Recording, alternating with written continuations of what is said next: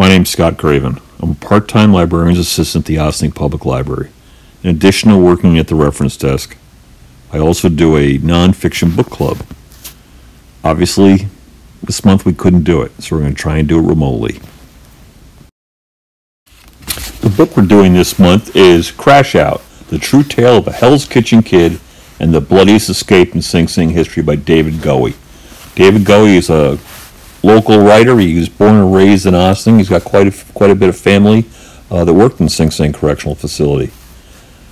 This story, I grew up in Ossining, but I'd never heard about it. But when I was a young patrolman, mid-1980s, Ossining Police had an open house, and they assigned me to sit in front of the history desk up in the courtroom. And behind the desk were all these pictures of this event, which I didn't know much about. And a woman came up to me and said that she was the last person to see Officer Fagan alive.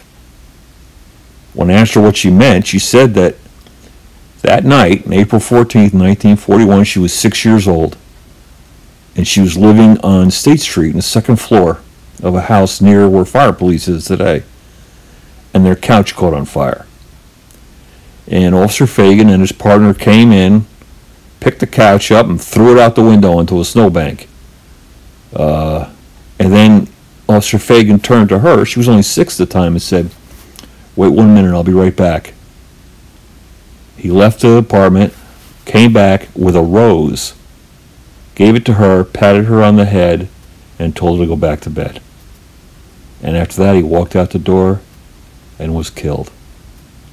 She told me the story that she started to cry.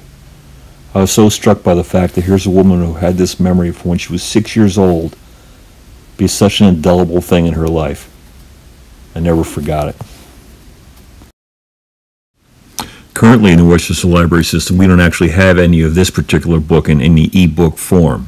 We do have a bunch of copies at the library itself, so hopefully when all this ends and we at least partially reopen someday, you'll be able to get a copy right there, or quite frankly, it's on Amazon for under $5 for your Kindle. Either way, it's really worth it. It's well written, a great story, and hopefully after this video, you'll find it of enough interest to take a look at it. In my 30 years at the Ossining Police Department, there were really only 2 serious escape attempts, one in 1986 and one in 2003. In 1986, 3 guys who were taking a class were propelled out of a window, I don't know how, onto the tracks and set off a smoke bomb. And then they escaped through the smoke to the south towards Kemmy's Cove. Came into the Ossining Police originally as a track fire. Tons of cops responded. A lot of police departments were involved. That night they got one guy right at Sparta Dock with a bloodhound, and then for the next 2 days they pretty much searched the entire area between Route 9, the Hudson River, all the way down to North Tarrytown. The only thing I did was stumble through the darkness all night alongside Route 9, walked into several trees, almost froze to death, fell down an embankment, almost broke my leg. But fortunately, we had some guys who were heads up, and they got one guy underneath a boat cover at the bottom of Country Club Lane. And a North Tarrytown police officer named John Capello was driving through Phillipsburg Manor, and he saw a parked car that had been fogging from the inside, and it was really cold, so he knew somebody was in there, and he got the last guy right down there. In 2003, a guy pretended to be a correctional officer and entered the facility with other correctional officer uniforms. He was going to walk prisoners out dressed as COs. Sing Sing became suspicious and he took off.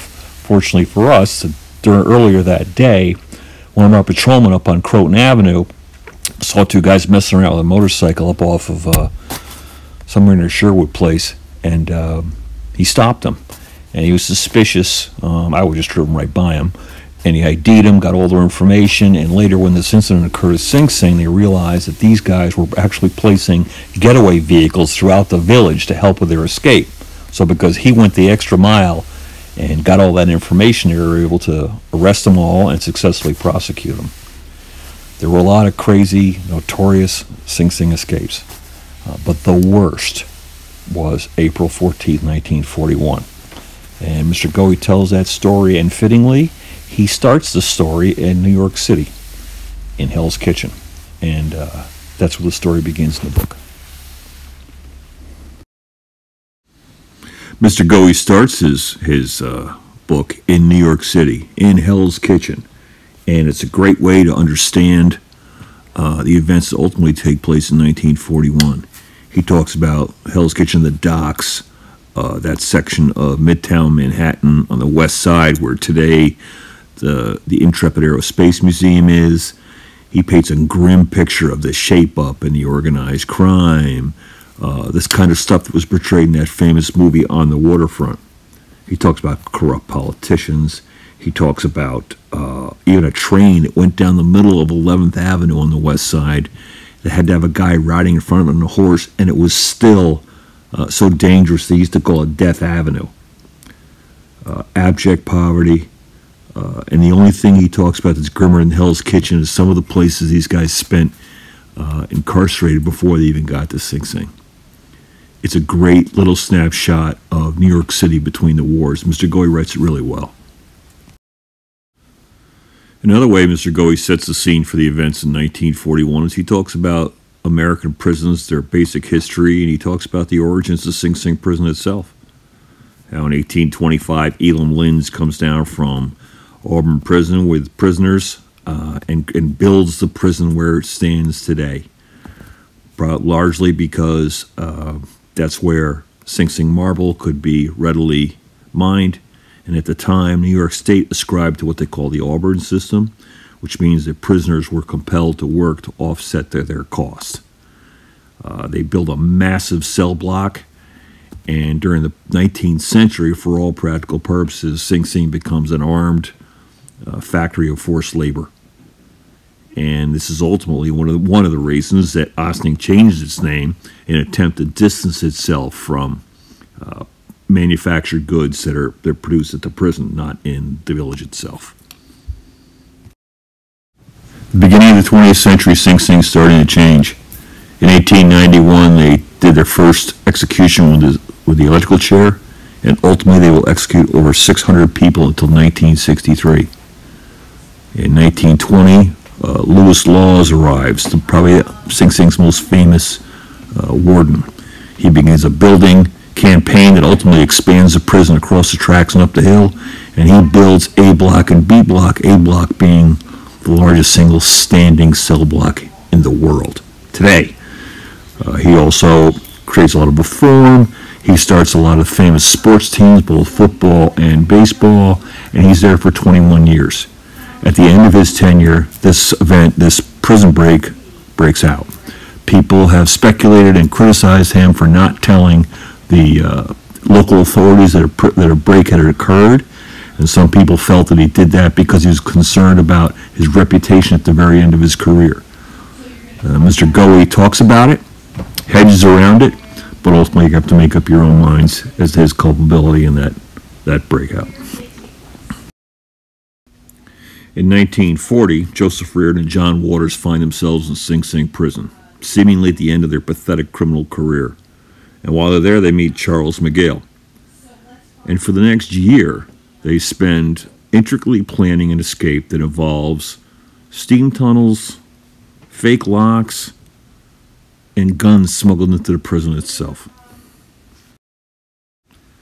Tragically, in the morning of April 14th, after the year's culmination of plotting this escape, the escape begins in the hospital ward where the convicts have gotten themselves into. And their first victim that night is Correctional Officer John Hardy. David Goey describes them as such. Hardy was a big man, easily carrying his 225 pounds on a 6'2" frame. The rookies under him appreciated his willingness to work midnights, weekends, or holidays. He was always amenable to shift swaps when a wife was expecting or a child was sick.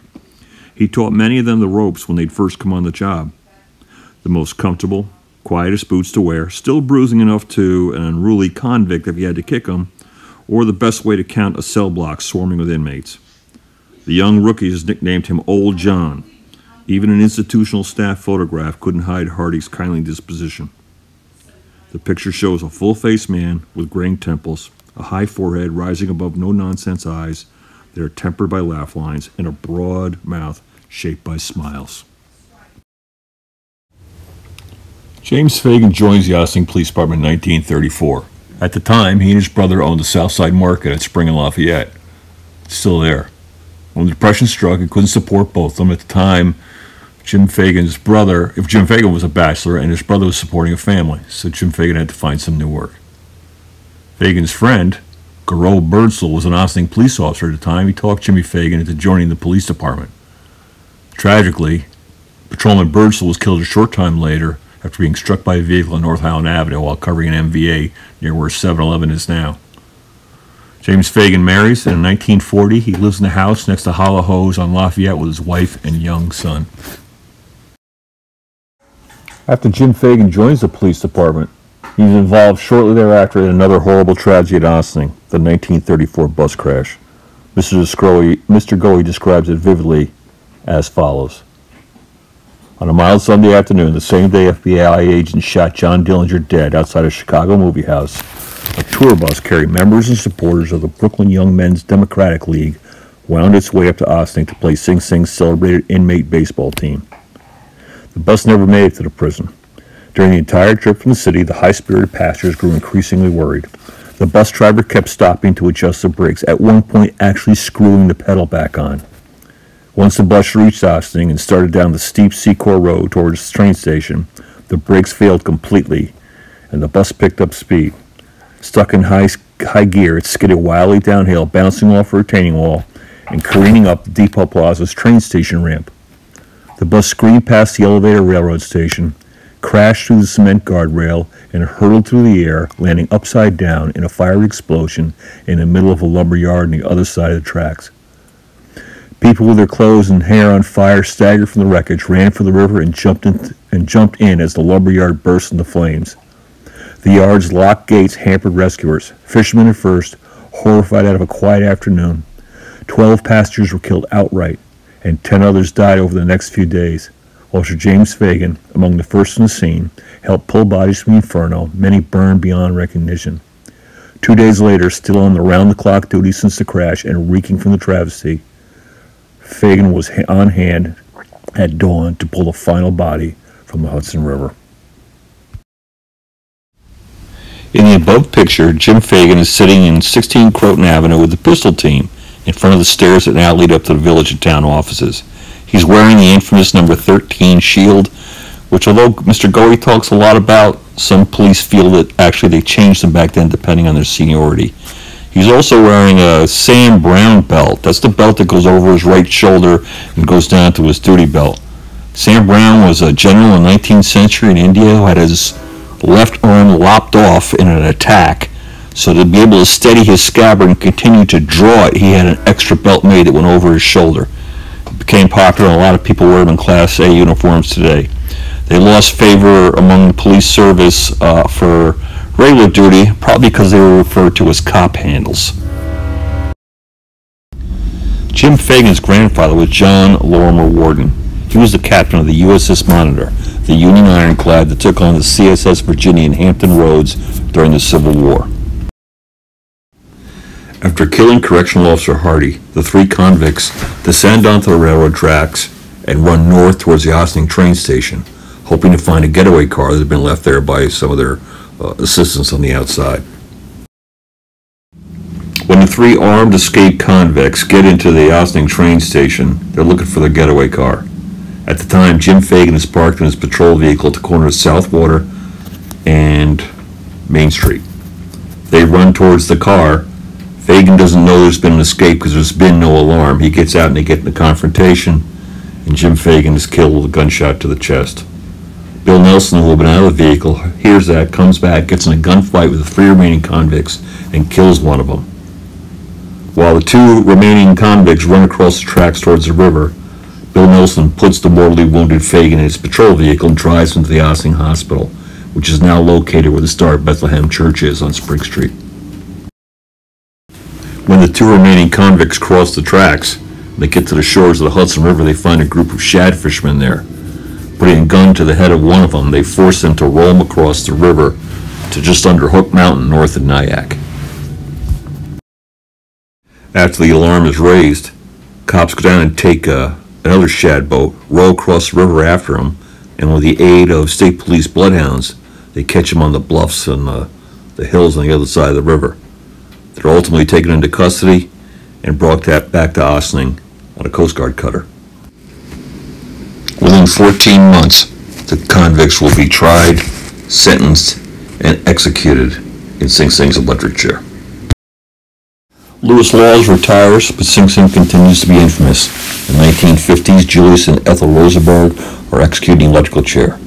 Sing Sing stands there today as solid as the rock it's built on. It's the largest employer in the village of Ossining. And almost 900 correctional officers continue to do extremely difficult, dangerous, stressful work with almost no appreciation. Every April, Sing Sing Correctional Facility holds a memorial in honor of the events that occurred on that night. To their credit, I have been honored to attend. In the early 1940s, they stopped driving trains down the middle of 11th Avenue, but Hell's Kitchen was still a tough place. They produced a really dangerous, organized gang called the Westies, and it wasn't until the 1970s they really started to change. Today, the neighborhood is called Clinton, and a quick look at the Zillow map leads me to believe I couldn't afford to live there. Ossining's waterfront has certainly changed since then as well. Beautiful with parks and marinas. Fittingly, now the very location where the convicts took that shad fisherman is named Henry Gordine Park, after Ossining's most famous shad fisherman. If you want to find evidence of Jim Fagan's grandfather, John Lorimer Ward, in our community today, all you got to do is drive down Route 9 and make a left at Scarborough Church. On the right-hand side is Admiral Warden's Lane. That's where he grew up in a house right there. When Admiral Warden retired, he survives the Civil War, becomes the Commandant of the Naval Academy, and ultimately dies in 1897. In 1912, his kids give a ceremonial sword granted to him by New York State to the Naval Academy for the museum. In the early 1930s, it's stolen. In the 1990s, the FBI, doing an investigation of some dealer associated with the Antiques Roadshow, they recover the sword and they bring it back where it's at the Naval Academy to this day, fittingly. Around the year 2000, the Ossining Police Department and Chief Burton took an old grocery store and bowling alley on Spring Street and converted it into a modern police facility where they are today. The Fagan family came up for the dedication. It was great to see them. It was so nice that we could honor their father and Patrolman Birdsall in that way. Any look at Ossining history starts at the Ossining Historical Society, a treasure trove of information of folks there are so knowledgeable and so willing to help everybody you ask. If you get a chance, the village historian's name is Dana White. She does a presentation on the Ossining waterfront and she does a presentation on Sing Sing Prison. They're both excellent. There's also a group in town making a Sing Sing museum, hopefully to be open in 2025. They have a good website, www.singsingprisonmuseum.org. Definitely worth checking out. In the early 2000s, the Ossining police got a call from a gentleman up on Rampo Road. We went up there, and he's a World War II veteran, a retired Sing Sing correctional officer. In the 1940s, his father-in-law was the film guy at the Victoria Theater. And as a hobby, he took motion picture films. And in this gentleman's attic, he found a film of James Fagan's funeral in 1941. It's incredible. The Ossining police took it, digitalized it, and today you can see it on their Facebook page. It's really worthwhile. As far as additional reading is concerned, I can't recommend New Jack enough. It's written by Ted Conover. It's about his experiences as a guard in Sing Sing. And Guy Chelley put together a book of photographs about Sing Sing. It's really well done.